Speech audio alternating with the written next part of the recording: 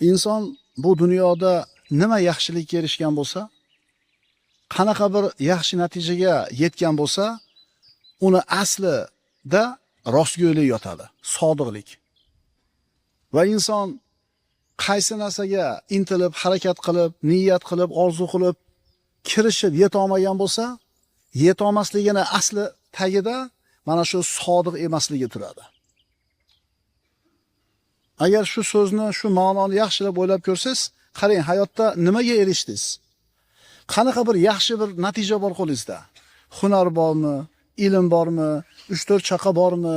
Jamiyatda bir hurmat, obro' bormi? Ki sizda bor narsa u sizga yoqadi.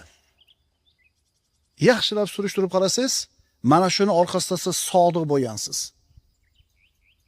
Darsning xulosasi shu. Biron bir yaxshilikka erishmoqchimisiz? Sodiq bo'ling. Rostgo'y bo'ling. Tazkiyatun nafs silsila darslarimiz davom ettirar ekanmiz, birodarlar. Bugungi suhbatimiz rostgo'ylik haqida bo'ladi. As-sidq.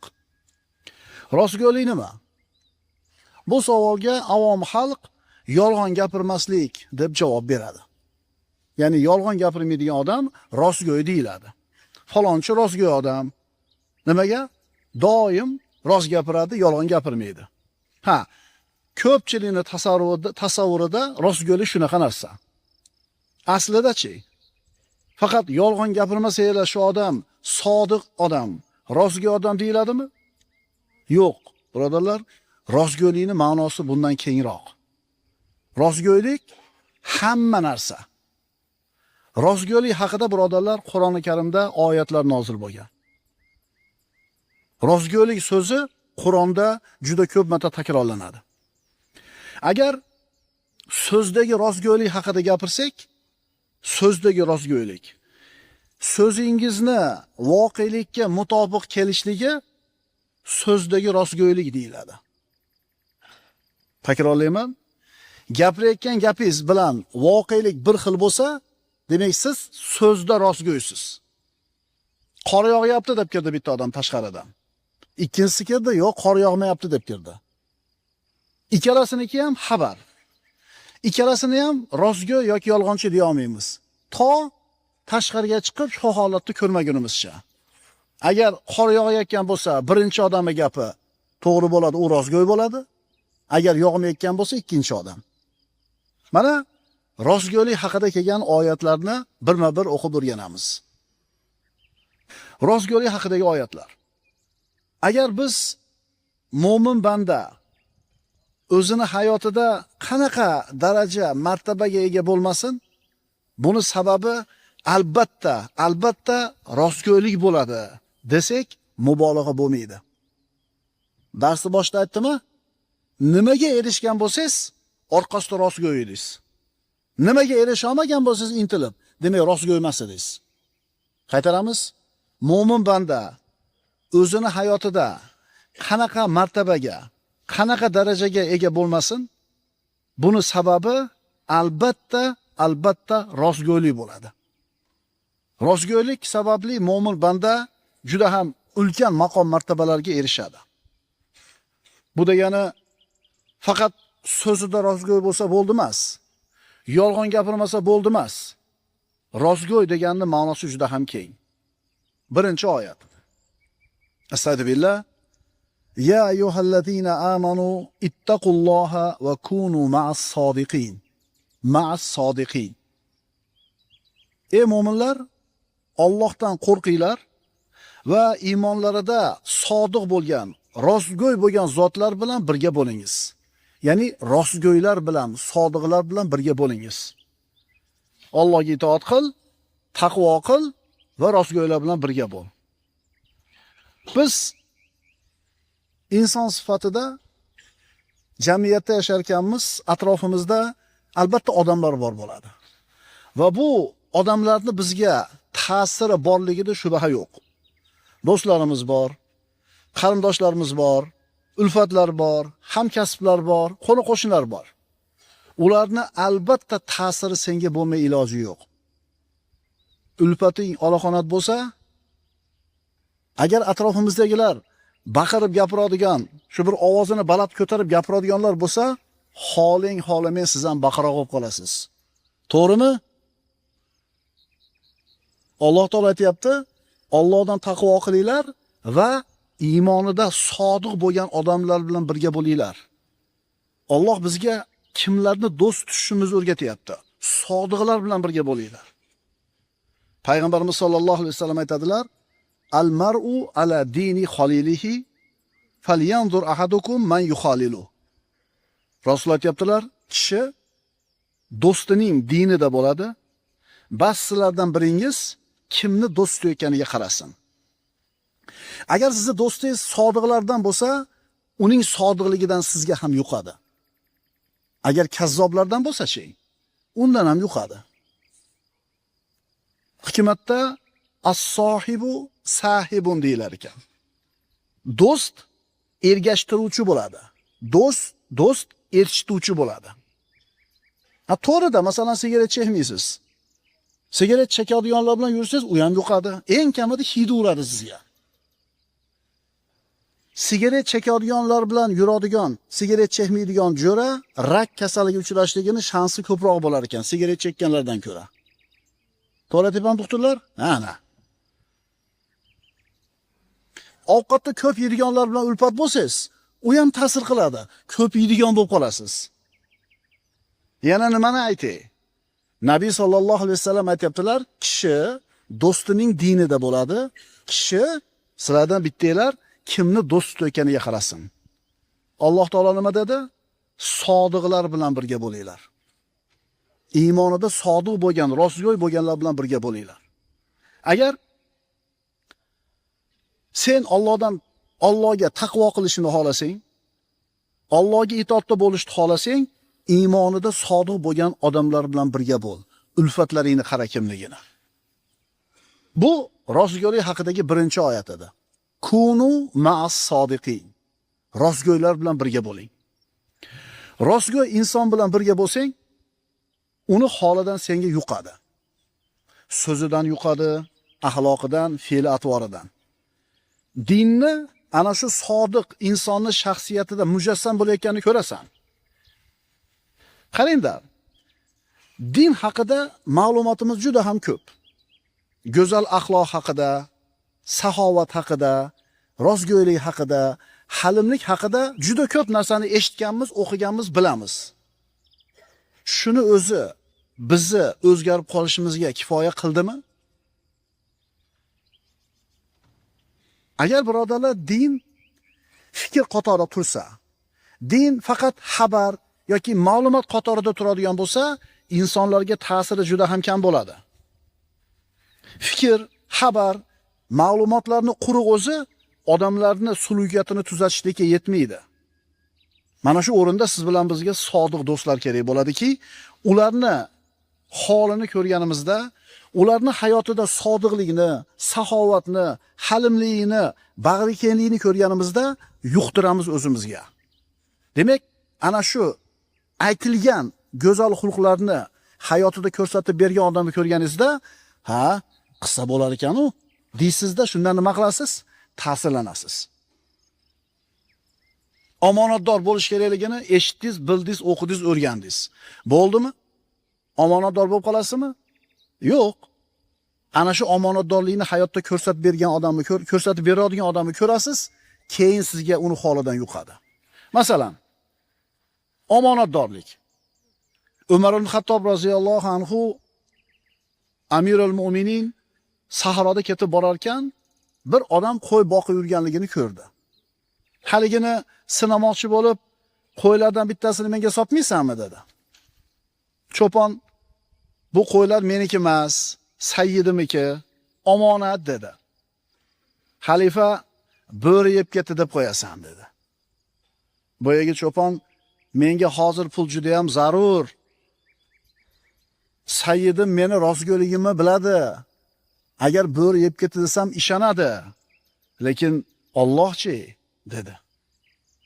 Ana omonatdorlik. Uni ko'rgandan keyin yig'laysiz. Uni ko'rgandan keyin nima qilasiz? ta'sirlanasiz. Chunki tirik misoli turibdi. Yana qaytarib aytamiz. Din haqida faqat ma'lumot, faqat fikr, faqat xabar bo'lsa bizda, buni o'zi bizni tuzalishimizga yetmaydi. Bizga mana shu narsani hayotida ko'rsatib beradigan tirik misollar kerak. Sodiqlar bilan bo'lasiz, sodiqlikdan sizga yuqadi. Masalan, masjidni mutavallisi Ahmad birov kelib qo'liga katta mablag'da berdi-da, masjidga deb berdi. Uni faqat siz ko'rdingiz. Pulni bergan odam ketdi. Ahmad pulni oldi, birov uni biladi deb bilmaydi. Ya'ni hech kim bilmaydi degan e'tiqodda turibdi. Ana shu pulni hech kim bilmagan bo'lsa ham Makkalib masjidni yosh sondig'iga solsa yoki qavmni oldiga tashlaydigan bo'lsa, siz uni ko'rasizda, bor ekan shunaqa odamlar deysiz, omonatdorlikni o'rganasiz undan. Ana shu omonat borligi uchun, omonatdorlik, halollik borligi uchun, sodiqlik borligi uchun masjidlar obod bo'ladi-da. Agar xiyonat bo'lsa, o'g'rilik bo'lsa, qo'l egrilik bo'lsa, Alloh taolo qo'llamaydi u jamoatni, u jamiyatni. Tushunarlimi? Demak, faqat gapirib qo'yilsa, ma'ruzalar aytib qo'yilsa, kitoblar chiqarilib qo'yilsa, agar shular yetarli bo'lganida, unda hammamiz sodiq bo'lardik, xulqlarimiz komil bo'lar edi. Ammo buni o'zi kifoya qilmaydi. Shu xabarlarni, shu ma'lumotlarni, shu ilmni hayotda ko'rsatib beradigan odamlar kerak bo'ladi. Sen birodar aytasan, men mo'minman. Xo'p, yaxshi, go'zal. Ammo atrofingdagi odamlarchi? Ulfatlaring din diyonatdan uzoq. Qo'shnilari yomon odamlar. Islom bilan, taqvo bilan umuman ishi yo'q. Doim shularning ichidasan. Ulardan ajramaysan. Ularning orasidasan. Yana mo'minlikni da'vo qilyapsan. Sen kimsan? Sen shularning bittasisan. Chunki payg'ambarimiz aytibdilar, kishi do'stining dinida bo'ladi, kishi kimni do'st tutayotganiga qarab qo'ysin. Haligi yomonlarning yaxshisi bo'lguncha yaxshilarning yomoni bo'l degan gap bor-a? Yomonlarning ichida yaxshisiz. Hammasi ichganda ichmay o'tirasiz. Hammani mashinaga o'tkazib olib borib qo'yasiz. Trezvi sizda. Hammasi shu tabletga ichib mast bo'layotganda siz taqvo qilib o'tirasiz. Yo'q, siz o'shalarning bittasisiz. Allohning dini masxara qilinsa, Allohning payg'ambari, Allohning shariati haqorat qilinsa, masxara qilinsa, indamay eshitib o'tiribsizmi? Siz shularni bittasi bo'lasiz. Alloh taolo Qur'onda aytdi: "Va kunu ma'as sodiqin." Rostgo'ylar bilan birga bo'linglar. Mo'min kishida hamiyat bo'lish kerak. Bunaqa jamiyatdan ajralish kerak, bunaqa aloqalarni nima qilish kerak? Uzish kerak. Payg'ambarimiz boshqa hadislarda marhamat qiladilar: "La tusahib illa mu'minan." Faqatgina mo'minni do'st tut. "Va la yakul ta'amaka illa taqi." Ovqatingni, taomingni faqatgina taqvodor yesin. Uyingga chaqiradigan mehmoning taqvodor bo'lsin deganida. Ma'qulmi? Endi insonmiz, atrofimizda har xil odam bor. Tijoratimiz, kasbimiz, ishimiz yuzasidan har xil odamlar bilan muomala qilamiz, bu mumkin. Chunki do'koningizga kirgan odamni siz namoz o'qiysizmi, o'qimaysizmi deb so'ramaysiz-da, siz ishingiz emas bu. Savdo qilyapsiz, ro'paringizga kim kelishidan qat'iy nazar chiroyli muomala qilasiz. Bu matlub narsa. Ammo Allohdan uzoq bo'lgan odamlar bilan qalin muomalada bo'lishlik to'g'ri bo'lmaydi. Chunki bunaqa ulfatlar sen uchun birodar katta xatar bo'ladi. Astag'firu billah. Ya ayyuhallazina amanu la tatawallaw qauman ghadiballohu alayhim qad ya'isu minal akhirati kama ya'isal kuffaru min ashabil qubur. Keyingi oyat. Ey mu'minlar, Allohning g'azabiga duchor bo'lgan qavm bilan do'st bo'lmanglar. Xuddi barcha kofirlar qabr egalaridan noumid bo'lganlaridek, ularning ham oxiratdan umidlari uzilgandir. Ya'ni kofir bo'lganlarni do'st tutma deb aytayapti Alloh taolo.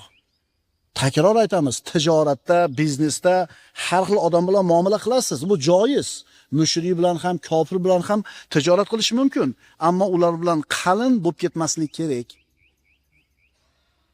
Boshqa oyatda Alloh taolo aytadi, Astagfirullah, ya ayyuhallazina amanu la tattakhidul yahuda wan nasara awliya ba'duhum awliya'u ba'd wa man yatawallahum minkum fa innahu minhum innalloha la yahdil qawmaz zolimin.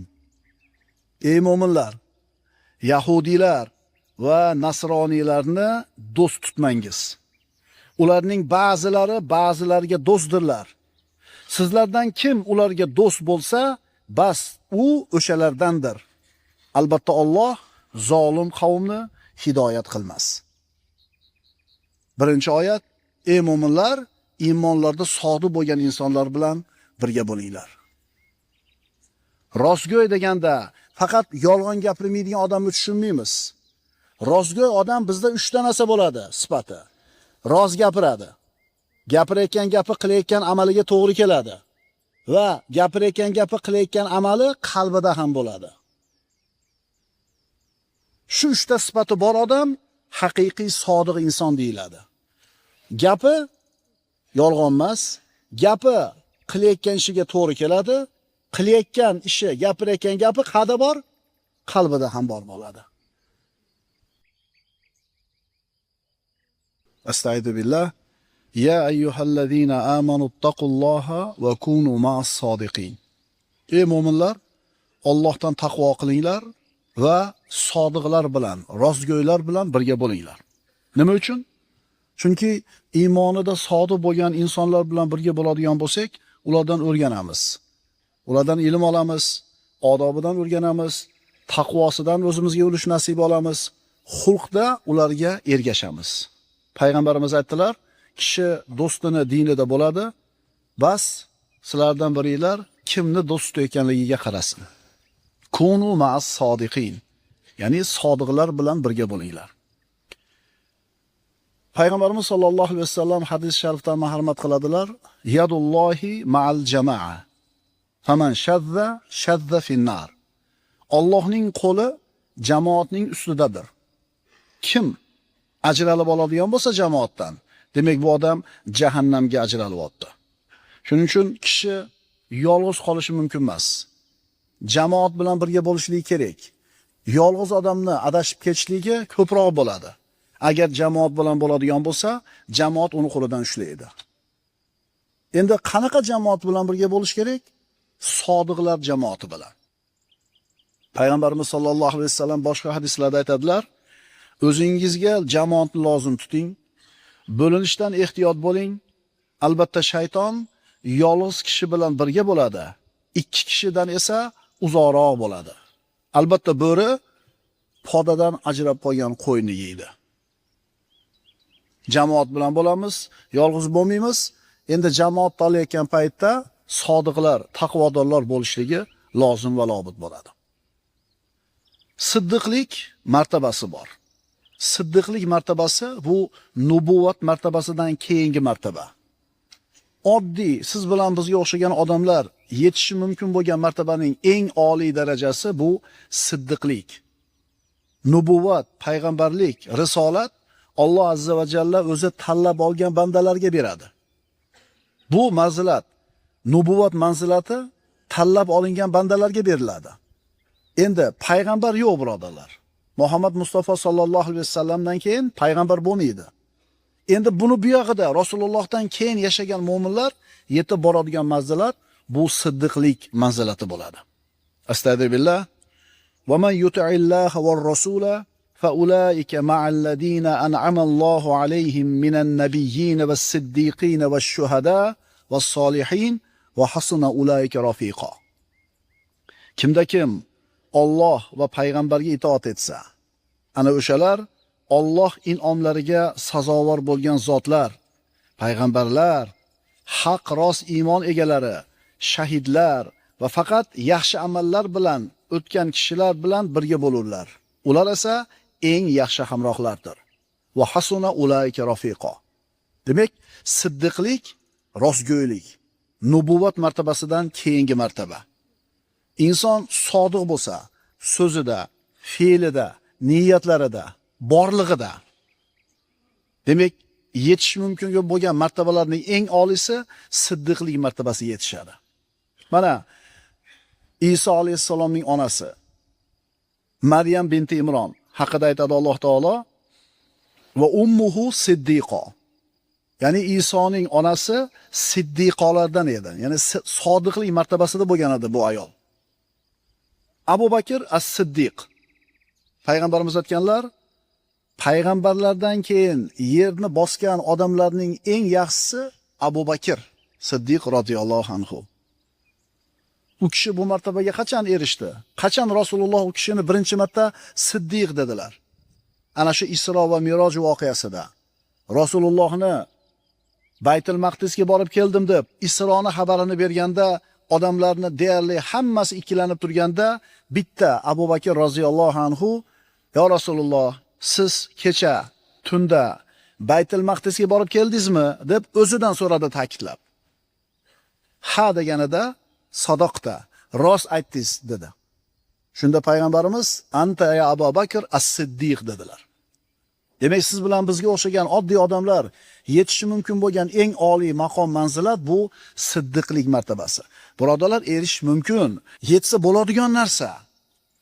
Gapingiz, so'zingiz to'g'ri bo'lsin, amalingiz so'zingizga to'g'ri bo'lsin, qalbingiz amalingiz bilan so'zingiz bo'lsin qalbingizda ham. Mana shu odam sodiq bo'ladi. Siddiqlik martabasi. Va hasuna ulayka rafiqo. Ana o'shalar eng yaxshi hamrohlardir. Mana shunday do'stlar bo'ladigan bo'lsa, mana shunday jamoat bo'ladigan bo'lsa, u jamoatni mahkam ushlashlik kerak. Mo'min kishini o'zingga lozim tut, birodar. Uni suhbatini o'zingga lozim deb bil. Albatta bu narsani ta'siri ulkan bo'ladi. Chunki ana shu sodiq bo'lgan birodaring bo'lsa, undan hamma narsani o'rganasan. Rostgo'ylikni, zohidlikni, istiqomani, taqvoni. Agar atrofimizda bizni o'rab turgan odamlar shunday sodiqlar bo'lsa, biz ham ana shularning bittasimiz. Ikkinchi oyat. Agar ular Allohga sodiq, rostgo'y bo'lganlarida o'zlari uchun yaxshiroq bo'lar edi. Astagfirullah. Ta'atun va qawlun ma'ruf. Fa idza azama al-amru falaw sadaqulloha lakana khayran lahum. Muhammad surasi. Agar ular Allohga iymon keltirishda, Allohga itoat qilishlikda sodiq, rostgo'y bo'lganlarida albatta o'zlari uchun yaxshiroq bo'lgan bo'lar edi. Birodarlar, hamma yaxshilik rostgo'ylikda. Hamma yomonlik yolg'onchilikda. As-sidqu manjat deyiladi. Sodiqlik, rostgo'ylik najotga boshlaydi. Birodarlar, agar biz iymonimizda, e'tiqodimizda sodiq bo'ladigan bo'lsak, ustimizga faqatgina yaxshilik keladi. Chunki iymonning rukunlarini ham, islomning rukunlarini ham hammasini asosi rostgo'ylik bo'ladi. Ulaykallazina sadaqu va ulayka humul muttaqun. Ana o'shalar rostgo'y, chin iymonli kishilardir va ana o'shalar taqvoli kishilardir. Ulaykallazina sadaqu. Ana o'shalar rostgo'ydirlar. Rostgo'y bo'lib iymon keltirdi, rostgo'y bo'lib taslim bo'ldi, rostgo'y bo'lib islomiy xulqlar bilan xulqlandi. Mana shu oxirgi punkti nozik. Allohga iymon keltirganimizda sodiqmiz. Unda so'z yo'q. Sidq dilda iymon keltirdik. Allohdan o'zga iloh yo'q. La ilaha illalloh. Unga bo'yinsundik. 5 mahal namoz o'qiyapmiz. Harom amallardan o'zimizni tiydik. Bunda ham gap yo'q. Mana endi uchinchisi, islomiy xulqlar bilan xulqlanishda sodiqligimiz nuqsonli. G'azabini tiydiydi, halim bo'ldiydi, doim qilolmayapmiz buni. Saxovatli, qo'ling ochiq, karim bo'l deyapti, baxilligimiz tutib oladi. Xulq masalasida sodiqligimiz ancha nuqsonli, birodarlar. Sodiqlik, rostgo'ylik ma'nosi. Rostgo'ylik deyilganda bizi tasavvurimizda o'tgan safar aytganimizdek, gapirgan gapi yolg'on bo'lmasa-la, gapirgan gapi chin bo'lsa-la, shu odamni rostgo'y deymiz. Ha, Bu ham to'g'ri. Lekin so'zdagi rostgo'ylik xolos bu. Rostgo'ylikda boshqa ma'nolari ham bor. So'zdagi rostgo'ylik nima bo'ldi? Aytgan so'zingizni voqelikka to'g'ri kelishligi. Ya'ni siz aytgan narsa voqeda ham shunaqa. Demak, siz bunda so'zingizda rostgo'y bo'ldingiz. Endi aytgan so'zingiz ishingizga ham to'g'ri kelsa, demak, ishingizda ham rostgo'y bo'ldingiz. So'zda rostgo'y, ishida rostgo'y. Savol. Agar inson rostgo'y bo'lmasa, albatta yolg'onchi bo'ladi deganimi bu? Rostgo'y bo'lmasa, yolg'onchi bo'ladimi? Qana tushunamiz buni? Liyajziyallohu as-sodiqina bi sidqihim va yu'adhibal munafiqina in sha'a va yatuba alayhim innalloha kana g'afurur rahima. Alloh sodiq, rostgo'y bo'lgan kishilarni rostgo'yliklari sababli mukofotlash uchun, munofiqlarni esa agar o'zi xohlasa azobga giriftor etish yoki tavbalarni qabul qilib gunohlarni mag'firat etish uchun mazkur sinovga duchor qildi. Alloh mag'firatli va mehribon bo'lgan zot. Qarang, rostgo'ylar va munofiqlar deyilyapti oyatda. Munofiq kim? Munofiq qanaqa inson? Munofiq kazzob, yolg'onchi bo'lgan inson. Chunki qalbida yo'q narsani bor qilib ko'rsatadi. O'zi ishonmaydigan narsaga ishonaman deydi. Qalbida bo'lmagan narsani bor qilib ko'rsatadi. Munofiq bu sodiq inson emas, rostgo'y inson emas. Chunki ikki yuzlamachi bo'ladi. Ichida bir gap, tashida bir gap. Aytgan so'zi muloyim, taqvoli so'zlar, ammo qalbida gina bo'ladi, hasad bo'ladi, ma'siyat bo'ladi. Yolg'onchilik bilan nifoq bitta narsa. Yolg'onchilik va bilan nifoq bitta narsa. Iymonning asosi rostgo'ylik bo'ladi. Nifoqning asosi yolg'onchilik bo'ladi. Munofiq degani yolg'onchi degani, mo'min degani rostgo'y degani. O'zi shu muammolardan chiqib ketishlikda yolg'on juda ham zo'r tabletkada, bilasizmi? Juda osonlik bilan chiqadi yolg'on. Bilasizlarmi, ba'zi bir holatlarda tilimizdan. Hech ikkilanmasdan gapiramiz. Chunki osonda. Aytdik-ku darsimizda. As-sidqu manjat. Rostgo'ylik faqat najotga boshlaydi. Mo'min odam o'zini nafsi bilan ham rostgo'y bo'ladi, Robbisi bilan ham rostgo'y bo'ladi, odamlar bilan ham. Agar odamlar bilan mana shu istiqoma va taqvo bilan muomala qilayotgan bo'lsa inson, demak bu odam rostgo'ylardan bo'ladi. Qiyomat kunida birodarlar, insonni Allohning azobidan nima saqlaydi? Allohning azobidan insonlarni najotga nima yetaklaydi? Faqatgina rostgo'ylik. Alloh taolo aytadi, bu kun haq rost iymon keltirganlarga rost so'zlari foyda beradigan kundir. U kunda faqatgina nima yordam beradi? Rostgo'ylik. Qalallohu hada yawmun yanfa'us sodiqina sidquhum. Bu kunda rostgo'ylarning, sodiqlarning sidqi, rostgo'ylarning rostgo'yligi foyda qiladi. Birodarlar, bilib olaylik, rostgo'ylikning 3 ta turi bor. Rostgo'ylikning 3 ta turi bor.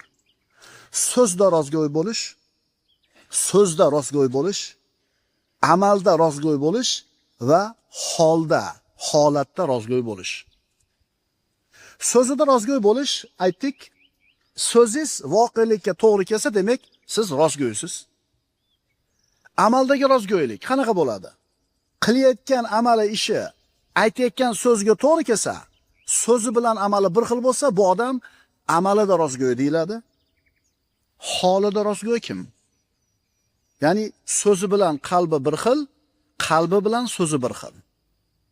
Tilida aytayotgan narsasi qalbida ham bor. Qalbidagi narsa tilida bor. Demak, bu inson holida rostgo'y. Komil rostgo'y odam qanday bo'ldi? Aytgan so'zi ishiga to'g'ri keladi. Aytgan so'zi, qilgan ishi qalbida ham bor. Mana shu odam komil rostgo'y deyiladi. Ikkinchi haqiqat. Rostgo'ylik seni birodar siddiqlar martabasiga olib boradi. Aytdik, eng oliy martaba bu nubuvvat, payg'ambarlar martabasi bo'lsa, undan keyingi martaba siddiqlar martabasi. Inson rostgo'y bo'ladi, bir kun gapiradi, 2 kun gapiradi, rostgo'ylikni o'ziga odat qiladi. Alloh taolo uni siddiqlar, sodiqlar, rostgo'ylar qatoriga yozib qo'yadi. Payg'ambarimiz sollallohu alayhi vasallam aytadilar: "Inna sidqa yahdi ilal bir." Albatta rostgo'ylik, sidq, rostgo'ylik yaxshilikka yetaklaydi. Inson yolg'on gapirmasa, doim rost gapirsa, faqat yaxshilikka yuradi. Va innal birra yahdi ilal janna. Yaxshilik esa jannatga yetaklaydi. Qarang, rostgo'ylik yaxshilikka yetaklaydi, yaxshilik jannatga yetaklaydi. Albatta, kishi rostgo'y bo'lar ekan, siddiqlardan deb yozib qo'yiladi. Payg'ambarimiz sollallohu alayhi vasallam aytibdilar. O'zichi masalan, yolg'on gapirmasdan yashash iloji bormi yo'qmi desa, hozir iloji yo'q deydi odamlar. Hozir iloji yo'q deydi. Yo'q akalar, iymondan chiqib qolasiz bunday desiz. Agar siz rostgo'y bo'lishlik mumkin emas hozirgi zamonda degan e'tiqodda turgan bo'lsangiz, Alloh va payg'ambari buyurgan rostgo'y bo'lish mumkin emas deyotgan bo'lasiz. Bu odamning iymondan chiqib ketishlik xavfi bor. Hozirgi kunda rost gapirib savdo qilib bo'lmaydi. Astag'firulloh de birodar. Men qilolmayapman-da. Qiyin bo'lib ketdi-da. Rostgo'y bo'lolmayapman-da. Lekin rostgo'y bo'lish mumkin emas dema. Agar banda savobli, xayrli ishlarni qilishda sodiq bo'lsa niyatida, sidq dildan yaxshi ishni qilaman deb niyat qiladigan bo'lsa, Alloh uni xayrli amallarga hidoyat qilishni o'zini zimmasiga olgan. Sen sidq dildan savob ish qilaman, xayrli ish qilaman degan niyatda sodiq bo'l. Agar sodiq bo'lsang, Alloh aytayapti, men o'zim seni muvaffaq qilib qo'yaman shu ishga.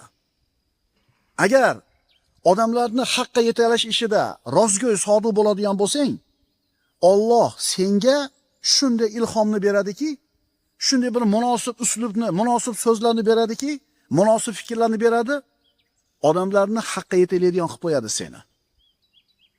Yana qaytarib aytaman. Agar odamlarni haqqa, Alloh tomoniga yetaklayman degan niyatda sodiq bo'lsang, senga nima kerak? Ilm kerak, hikmat kerak, chiroyli so'z kerakmi? Imkoniyat kerakmi? Hammasini Alloh beradi. Ishonasanmi? Balog'atga yetgan qizing bor. Iymonli, taqvoli, dinni ushlagan odamga bermoqchisan. Shu niyatingda sodiq bo'lsang, shunaqa odam yuboradi Alloh senga.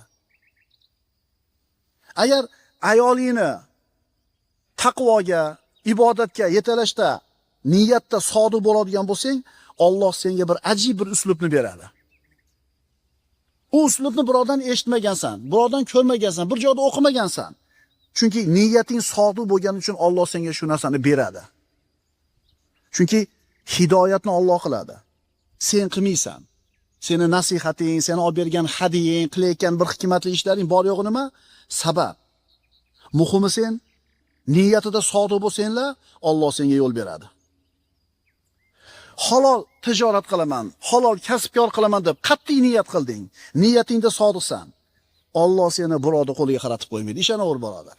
O'zi qo'llaydi, o'zi yo'llaydi. Endi haq yo'lda yurgan inson bilan birga bo'lishni xohlaydigan bo'lsang, shunaqa odamni Alloh senga ro'baro qilib qo'yadi. Xullas, Alloh bilan bo'ladigan muomalangda, birodar, sodiq, rostgo'y bo'lsang, haqni topish niyatida sodiq bo'lsang, Alloh seni to'g'ri yo'lga boshlashni o'zini zimmasiga olgan. Agar inson Alloh uni kuzatib turganiga ishonchi komil bo'lsagina to'g'ri yo'lda davomiy turadi. Va mana shu bilan ikki dunyoda saodatli bo'ladi. O'zi bu darslarimizni avvalida aytganmiz, payg'ambarimiz sollallohu alayhi vasallamning huzuriga Jabroil alayhissalom notanish odam suratida kelib, islom haqida, iymon haqida, ihson haqida so'radi. Ihson nima deb so'raganida Rasululloh aytdilar: "Anta'budalloha ka'annaka tarahu." Allohga xuddi uni ko'rib turganingdek ibodat qilishliging. Ihson shu. Ihson martabasi. Fa in lam takun tarahu fa innahu yaraka. Garchi sen Allohni ko'ra olmasang ham, u seni ko'rib turadi. Mana shu muroqaba manzilati. Alloh meni doim kuzatib turadi. Har qanday holatda, har qanday sharoitda, qanday qadam bossam, qanday so'z aytsam, Alloh meni kuzatib turadi degan e'tiqod bo'lsa insonda va bu doimiy suratda qalbida, aqlida turadigan bo'lsa, inson saodat topmay iloji yo'q. Bugungi mavzuyimiz muroqaba manzilati. Muroqaba Alloh seni doim kuzatib turishini his qilishing. Birinchi oyat. Astagfirullah. Wa'lamu anna Alloha ya'lamu ma fi anfusikum fahdharuh wa'lamu anna Alloha g'afurun halim.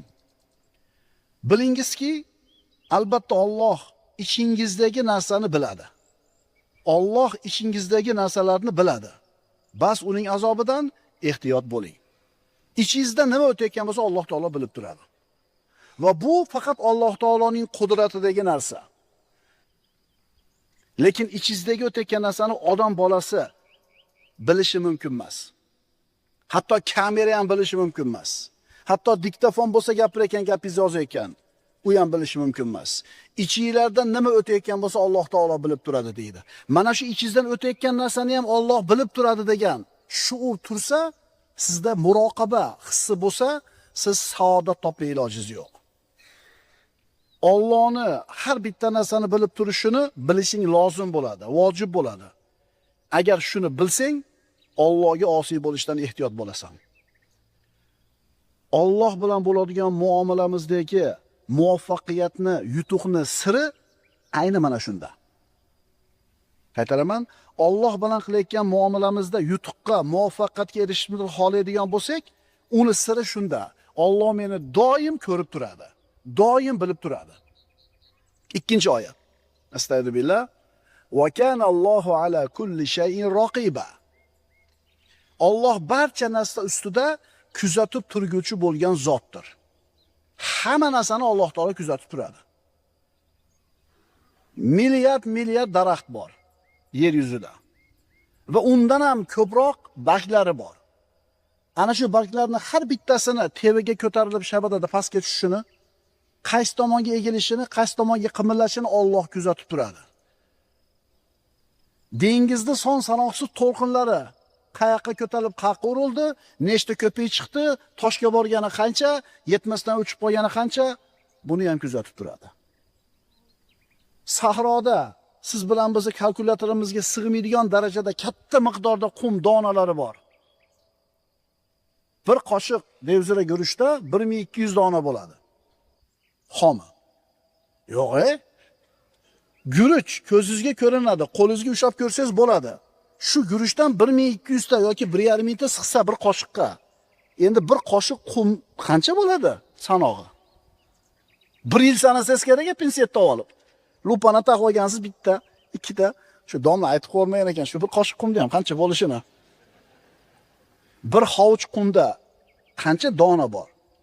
Bir paqir qumda qancha dona bor? Zarra. Bir arava qumda qancha bor? Umringizni oxirigacha sanaysiz agar bir arava qum to'kib qo'ysa. Endi sahroga kabirni ko'ryapsizmi? Sahara deydi. Ana shu qum donalarini har bittasi qayoqqa og'di, shabadada qayoqqa qimilladi, qumni yuzasi qanaqa formaga keldi? Har bittasini Alloh kuzatib turadigan qudrati bor. Endi sizni qilayotgan ishingiz, aytayotgan gapingiz, o'ylayotgan fikringizni kuzata olmaydimi, bilmaydimi Alloh? Ana birodarlar, ihson martabasi nima edi? Allohni ko'rib turgandek ibodat qilishing. Endi biz ko'ra olmaymiz Allohni bu dunyoda. Inshaalloh jannatda ko'ramiz. Ammo Alloh seni doim ko'rib turadi. Shuni esdan chiqarmasang, senga kamera nablюдениyaning ham keragi yo'q. Revizorni ham keragi yo'q. Hech kimga keragi yo'q. Chunki qorovulning ichingda. Ma'qulmi? Agar kimdir kuzatuv ostida ekanligini bilib qoladigan bo'lsa, juda ham to'g'ri odam bo'lib qoladi. Aytadi-da, sen deydi, sen nazoratda ekansan, seni kuzatyapti ekan deydi. Bo'ldi, telefondagi gaplarini terib gapiradi. Ijtimoiy tarmoqqa yozayotgan narsalarni o'ylab qo'yib, o'ylab yozadi, o'ylab qadamini bosadi, qo'yinki juda ehtiyot ko'rib qoladi. Bu o'zingga o'xshagan odam seni kuzatayotganligini bilsang, kuzatuvda ekanman degan shuur bo'lsa, shuni ehtiyot ko'rib qolasan. Ha, o diktofon ishlamay qolishi mumkin yozayotgan bo'lsa. Kamerasi o'chib qolgan bo'lishi mumkin, batareykasi o'chib.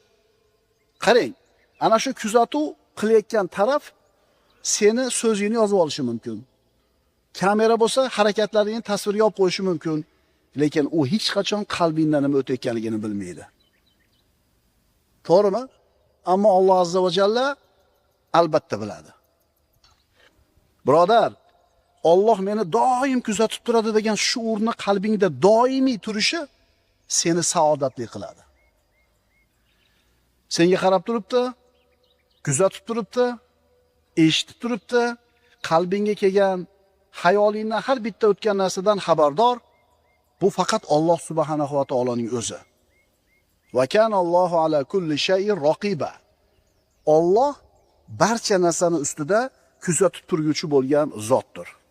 Faqat seni emas. Alloh taoloni kuzatishi faqat seni ustingda emas, butun mahluqotlarning ustida. Seni do'stingni ham kuzatayotgan Alloh, dushmaningni ham.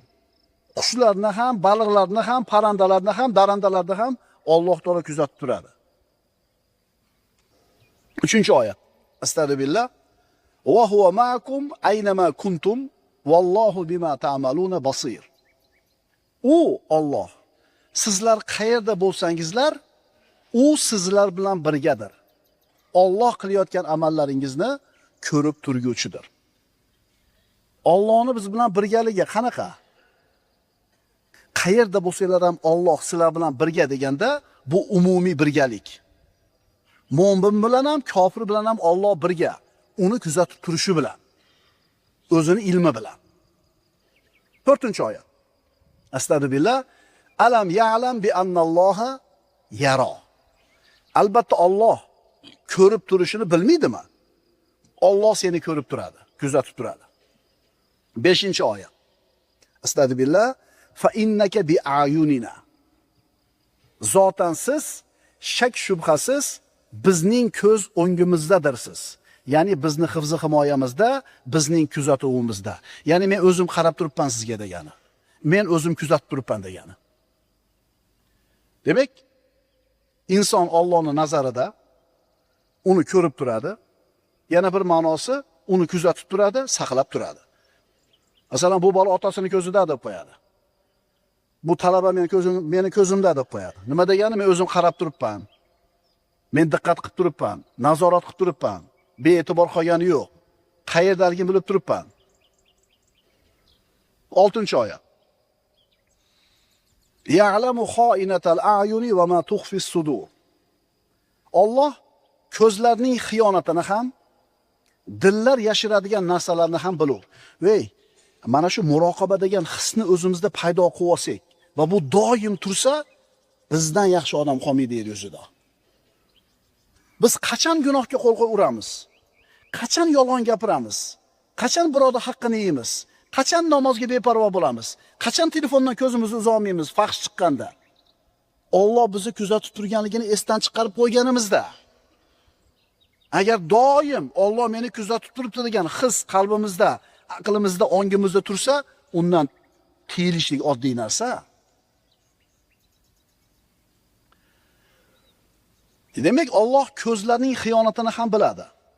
Bironta maxluq ko'zingizni xiyonatini aniqlay olmaydi. Bu faqat Allohning qudratida. Shuning uchun doim aytamiz, agar bir erkak tabib ayol bemorni ko'rishga to'g'ri kelib qolsa, shariat unga ruxsat beradi, faqatgina ana shu ayolning og'riyotgan a'zosiga qarashlikka. Tamom. Agar ko'zini qarashi mumkin bo'lmagan joyga qaratadigan bo'lsa, buni hech kim bilmaydi. O'zini aytayapti Alloh, ya'lamu xoinatal ayun. Ko'zlarning xiyonatini biladi va qalblar yashirgan narsani ham bilib turadi. 10-qavat.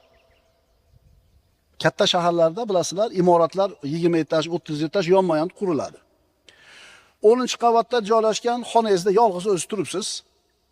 10-qavatda. Derazani oldiga kelib qarasangiz, ro'paradagi uyni ichida 10-qavatda bir begona ayol kiyimini almashtiryapti. Sizni uni ko'rayotganligingizni hech kim bilmaydi. Hech kim ko'rmayapti. Shu yerda Alloh meni ko'rib turibdi degan muroqaba degan hissiz bo'lsa, darrov pardani yopasiz yoki orqangizga qilasiz. Agar shu his bo'lmasa nima qilasiz? Lekin aniq bilasiz. Alloh sizni aniq ko'rib kuzatib turibdi. Nima qilasiz? Ko'zingizni tiyasizmi yo tikilib qarab turaverasizmi? Kameralar qo'yilgan, trenoshkalar qo'yilgan joyga borganda hamma 60 ga tushib oladi. Nimaga? Kuzatuv borda. Kamera yo'q bo'lsa, встречныйga chiqib haydaydi. Nimaga? Muroqaba hissi yo'q. Oyatlar. Astagfirullah. Va alamu anna Alloha ya'lamu ma fi anfusikum fahtaru.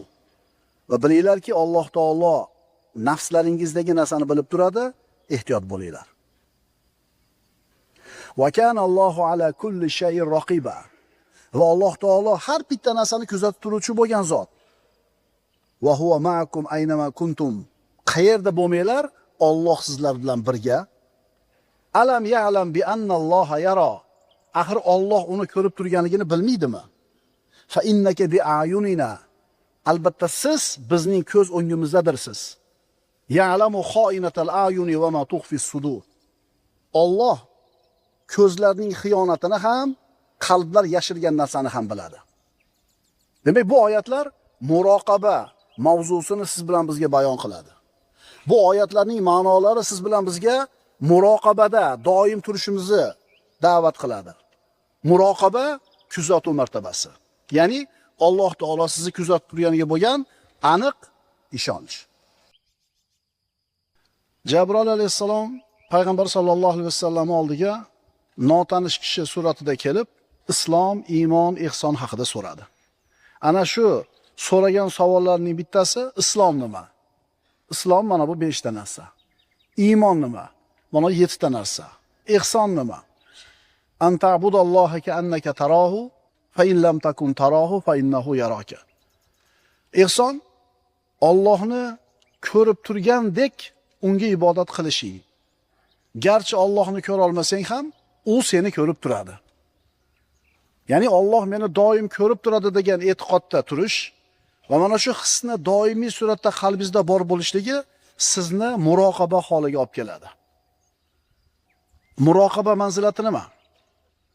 Haq subhanahu va taolo bandaning zohiriy va botinidagi narsalarini doim bilib turishiga bo'lgan aniq ishonch va mana shu ishonchda bandaning mustahkam va doimiy bo'lishi muroqaba manzilati deyiladi.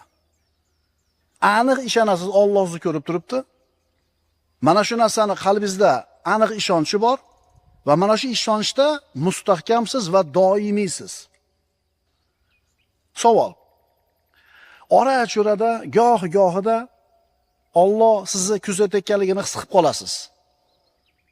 Shu narsa ham muroqaba deyilar ekanmi? Yo'q. Hozirgi ta'rifda mustahkam bo'lasiz va doimiy bo'lsangiz, keyin muroqaba manzilatiga ko'tarilasiz. Agar mana shu shuur, his davomiy bo'lsa, har qanday holatingizda Alloh sizni kuzatib turganini his qilayotgan bo'lsangiz, uyingizda, ko'chada, yolg'iz qolganingizda, odamlar orasida, hazili jiddingizda, safaru hazaringizda, agar har bitta holatingizda Alloh sizni kuzatib turganligini his qilib turgan bo'lsangiz, demak siz eng oliy martabaga erishibsiz. Muroqaba martabasiga. Eng muhim martaba, eng foydali martaba Alloh seni kuzatib turganligini his qilishing. Voy qarangda. Haqiqatan shu savolni bersangiz, ha, men doim shunaqaman deya olmaysizda. Gohida taqvoyimiz tutib qoladi. Qiyin bo'lgan ishni ham shart osonlik bilan qilib qo'yamiz. Gohida o'sha qarash harom bo'lgan narsani ko'rganda shart ko'zimizni olib qochamiz. Oson bo'ladi. Gohida o'sha shuur yo'q bo'lib qoladi, tikilib turaverasan. O'nni kelganda shu bir 10 ming so'mni shart berib yuborasan, endi o'nni kelganda shu 50 so'mni ham bera olmaysan. Demak, ana shu his doim tursa, siz uchun ana shu katta gunohlardan tiyilishlik hech narsa bo'lmas ekan. Muroqaba manzilati. Muroqaba, birodarlar, bu ilmning samarasi. Sizni ilmingiz yetarli bo'lsa, keyin muroqabaga yetib borasiz.